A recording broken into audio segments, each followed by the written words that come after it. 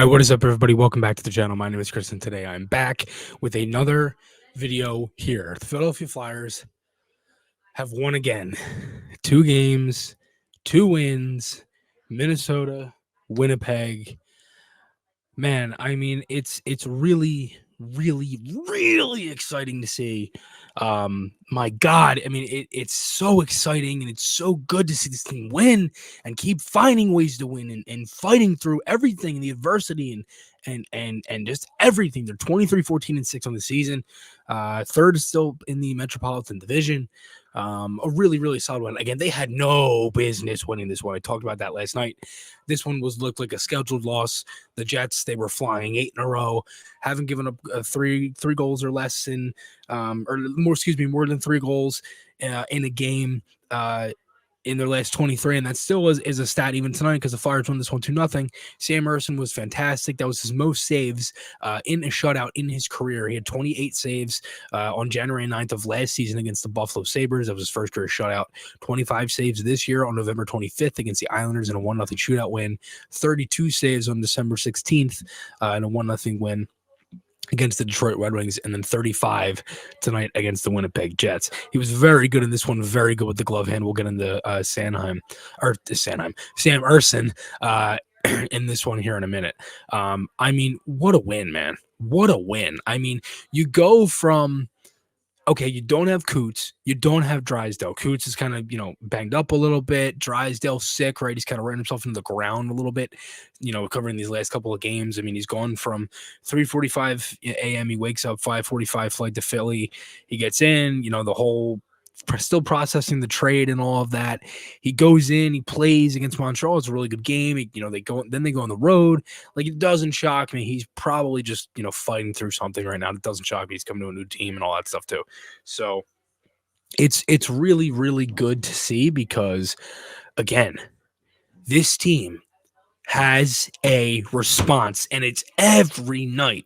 And I think the one thing that I love the most about this is the fact that your lineup tonight was Tippett, Lawton, Konechny, Forrester, Frost, Hathaway, Farabee, Paling, Atkinson, Brink, Delorier. Brink comes in, Coots and Drysdale come out, so the defense was essentially the same. They went 11-7. York, Sanheim, Sealer, Walker, Zamula, Aristo, and then Stahl. Obviously, Ersson in that, like I mentioned. And how about Cam Atkinson? Finally, I mean, my God, and I'm pumped for him because I know I've been hard on him, and I hate being hard on him because he's been struggling so much, and I would rather be talking about how good he's playing, obviously. And it's really good to see because he gets one, and it's one of those greasy goals in front of that Atkinson usually scores. It's like a slam dunk, tip, whatever, and it's one of those ones that you love to see that go in, and he's pumped. And for me, I'm pumped too. I mean, my God. You go into the first period, you're actually playing well. I'm like, all right, this game's kind of settling down a little bit. The Jets get a power play early, a minute in. I thought they were battling back and forth. Ersson and a really nice save on Ehlers. And then Atkinson scores his first in 27 games, and the Flyers have a 1-0 lead. Ersson was very good in the first period. Flyers had a really good period too. They go into the second period. The one thing that I really noticed in this game was just, it wasn't even like anyone really stood out to me. I thought the entire team played well. I thought it was just one of those like gigantic group efforts, and everyone was just really solid in this one. And the more you went into it, the more you could see the type of guys that were continuing to play well. And I think the one thing that I noticed in the second period was more of the on-ice play, especially when they were getting into the offensive zone and they had plays at the net. They were generating a ton of offense from that, crashing in that, getting rebounds, stuff like that, and just moving into the middle of the ice, the high slot, whatever you want to call it. They generated a ton of offense in that area. And I think the biggest thing out of this game was the fact that they continued with those type of plays. They get a power play here earlier in the second period. It was a slash on Pionk. Atkinson would score again to make it 2-0. Frost had a shot on net. Atkinson slam dunk right in front. It's kind of like that play that they ran the past couple of days that, that power play now has goals in 5 straight games. So it's definitely starting to kind of wake up a little bit. And the power play, especially because when you see it, and you're watching it, I think the one thing is, you obviously added Drysdale into that, so you had that option, and you don't have that tonight. Zamula has been quarterback a little bit. They've gone with that play where Zamula's kind of been the quarterback, and you've had Farabee at the front of the net on the tip, and they've done that before. It's worked. Obviously, worked last night in the overtime for the game winner against the Wild. But when the more you saw that and the more you watched it, it was like it just really good puck movement. And it's been one of those things where it's like the more you keep doing that, you're going to keep scoring. And they've been doing that. And Frost has been really good in that area. He's got points in the past couple of games. Well, I believe it's on a 4-game point streak, if I'm not mistaken. And they've been able to generate a ton of offense. I mean, the guys that you were expecting and hoping, not really expecting, I guess, but hoping they would continue, like at least score, because really they were a one-line team for a little bit here. But Tippett with goals in didn't score tonight, but he had goals in 3 straight games. You have Atkinson, who gets on the board twice. You have Forrester, who got on the board last night. Like, these are the type of guys that you want to see continue to score, and you need middle six. You need middle six scoring to do anything. And the best part is they do it tonight against the Jets team, who's the best team in the league, who's on an 8-game win streak. They're at home. They're rested. They haven't played since Wednesday. They don't have Mark Scheifele, but they're still on an 8-game heater, and they've been really well. And they go into that and they just, it doesn't faze them. It doesn't faze them at all. And they go in and they get a 2-0 win. I mean, it's just the little things that come out of this one, because the guys, again, like I said, the guys that you want to finally get going are getting going. And it's at the most important time, because you can't afford a 2-3 game losing streak. I thought the homestand was good, not great. I think this road trip has certainly been good, especially if you can win on Monday in St. Louis, because the Blues aren't that great of a team. So that'll be interesting too. And I think the biggest thing, again, like I said, it's how good they have been playing as a unit. And I didn't really notice anyone that stood out tonight. No one really, came into my mind as like a standout guy. Obviously, Arson's the obvious choice, right? That would just be stupid not to say that. But when you watch it and the more you see the little plays and the little details that they've been doing well and they've been rewarded, and this is the 43rd game of the season and they're still third in the division, 52 points, 23-14-6. They've had a good record. They've been good on the road. Like, this is what you want to see.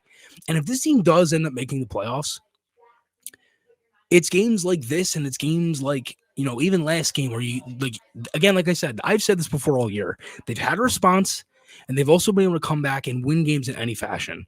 They don't score a ton, but they can score in bunches when they're hot. And the power play, when it's going, and it's going right now, you're gonna get offense out of that. And I think the biggest thing that I notice, especially with that, is again, like I said, winning games in any fashion. You win a comeback win last night 4-3. You can win games 1-0, like I pointed to with Urson shutouts. You win a 2-0 game here tonight. You've won a couple games 5-4, I believe. 5-4 if I'm not mistaken. But anyway, last night was 4-3. I mean, that's only a goal off. It's just my dog kind of creeping into the back here. I mean, there's been a lot of little things that have been really good. And the more you kind of went through this third period, Jets had some good pressure late in the second period. And they really continued that, I thought, in the third. I mean, the Flyers, it was just like bend but don't break is essentially what it was. And they were good in front of Urson. They played really well. Defensively, I thought moving the puck out, they were good. And they didn't really give... Winnipeg had their chances for sure, but it was like 35 shots, but I didn't think anything was like, I was kind of like, I'm trying to think of how I want to describe it. I didn't really think there was anything that came to my mind that was like a, really scary looking chance or anything like that. Like, they certainly had their looks, but I thought the Flyers did a really good job of kind of weathering the storm, keeping them out of it, and they didn't really take a ton of penalties. Jets aren't really a great face-off team either. So that was certainly something that you wanted to see. And Flyers, again, that's two games in a row here that they've won the faceoff percentage with two teams that haven't been great in faceoffs in Minnesota and the Jets. But 53.3% on the draws. They go 50% on the power play, 1 for 2. Again, the block shots is always there for the Flyers. They have, average around 20 for a game and 36 shots on that. I mean, they get a ton of shots on goal. They block a ton of shots. They play good defensively. The power play's been working. The penalty kill second in the league. Like, it's the little things that just continue to add up for this team. And the biggest thing out of this game and out of this road trip is Tyson Foerster gets on the board last night and Cam Atkinson gets on the board twice tonight, and you get another power play goal. I mean, it's all the things that I've been like begging for them. Like, and these are the things that if they were going to, be that team that makes the playoffs, and this isn't just like because it's not really just like a hot streak anymore. This is this is more than half of a season stretch. But when you continue to do that and you continue to play that way, there's going to be games where they're just going to look like shit. Like, that's just how it's going to go, right? Like, there's going to be games. What was the one that came to mind? I can't even remember. They've been playing so well lately that it slips my mind. But if I'm just looking at the schedule, like, you have an actually pretty good stretch here coming up, because this was not really an easy road trip, because it was like 3 and 4, and then you go back home and the whole thing. But you got some tough games coming up. I mean, you get a win in Minnesota, a win in Winnipeg. You have the Blues on Monday, like I mentioned. Dallas at home on Thursday. That's the first game of another 4-game homestand. Saturday, Sunday, it's a 1 o'clock back-to-back. Both home games. The Avalanche and then Ottawa. And Ottawa's not a great team. That's a very winnable game. The Avs, the Flyers beating Colorado. I mean, they have some really good wins this year. From Vegas to Colorado to Winnipeg to Minnesota was a good win, to Carolina earlier in the season, 3-1 in Carolina. They've had some really good wins this year. Edmonton very earlier in the year, and I know the Oilers were kind of bad then, but still. I mean, this is the stretch coming up where it's like, all right, this team can really separate themselves. And the only thing that I am worried about with this team is when you play that last game, January 27th, you don't play again until February 6th. And last year, if you remember, they were not a playoff team. They weren't going to make the playoffs this year in any stretch of the imagination. But when they came back from the All-Star break, their play significantly dipped. And it was like from here, they probably played at their best in late January. There was the last game before the All-Star break. They played in Winnipeg. They had a 4-0 win, and they were really good. And then they came back. They had the loss against the Islanders, 2-1 at home, and everything just fell apart from there. And that's the thing that's going to be the teller with this team, is can they get through the February and the March stretch? Because there's a lot of games in March. There's a lot of games with 3 games in a week. Not like there isn't any now, but it's a lot of – there's a couple 3 and 4s. There's a couple 3-game, 4-game weeks. Like, that's when you really can get through a stretch of a season. And when you can do that, that's how you know you're a good team. And when you can roll 2 goalies, you can roll all 4 lines, you can put anyone in any spot. I mean, the team is. I tweeted about this before. I've heard this from someone that was on the dad's trip, and that was earlier in the year. That room is tight, and that room's really tight. Now, look, I'm not there. I'm not going to say I'm not going to sit here and say what guy is with what and whatever, the specifics. I just know that room is tight, and you can tell. And when you win games like this, and you're able to win games in any sort of fashion like they've been doing, that's how you know a room is tight. Because that's how you know you can win any sort of game like that. So it's really good to see. And I think for the Flyers up until this point, and again, it's good for the fans. I mean, I haven't seen this in a while. I mean, I haven't been this pumped about a season. I mean, 2019-20 was a different feeling for me, because it was like, this team might win a Stanley Cup. That's how good they were. And they could have, but unfortunately with COVID and all that stuff, I mean, no one knows what would have happened at the end of that year. But I mean, that's obviously a whole different conversation for another day, but I haven't felt this way in a long time. And I haven't missed a game in over 10 years, and almost, I think this is my 10th year watching this team. That's incredible. That's sad and depressing at the same time, but it's also really exciting. And I think, the more you watch it, the more you enjoy it. And I think with how the Flyers have been doing, and this is game 43, like I mentioned, and it's been a lot of fun. So thanks everybody again for all the support. As always, make sure to check out Maher Media for all the stuff that we do. Or if it's me with the videos here on YouTube, from TikTok, our guy James over there, he does a lot of stuff. We have the website. Obviously, everybody kicks ass with the articles and everything. And we're really big on socials. We have PHI Heritage that's been doing really well. Obviously, the pod, Four Fly Guys. It's been a lot of fun. So thanks everybody again for all the support. As always, my name is Chris, and I will talk to you all again soon.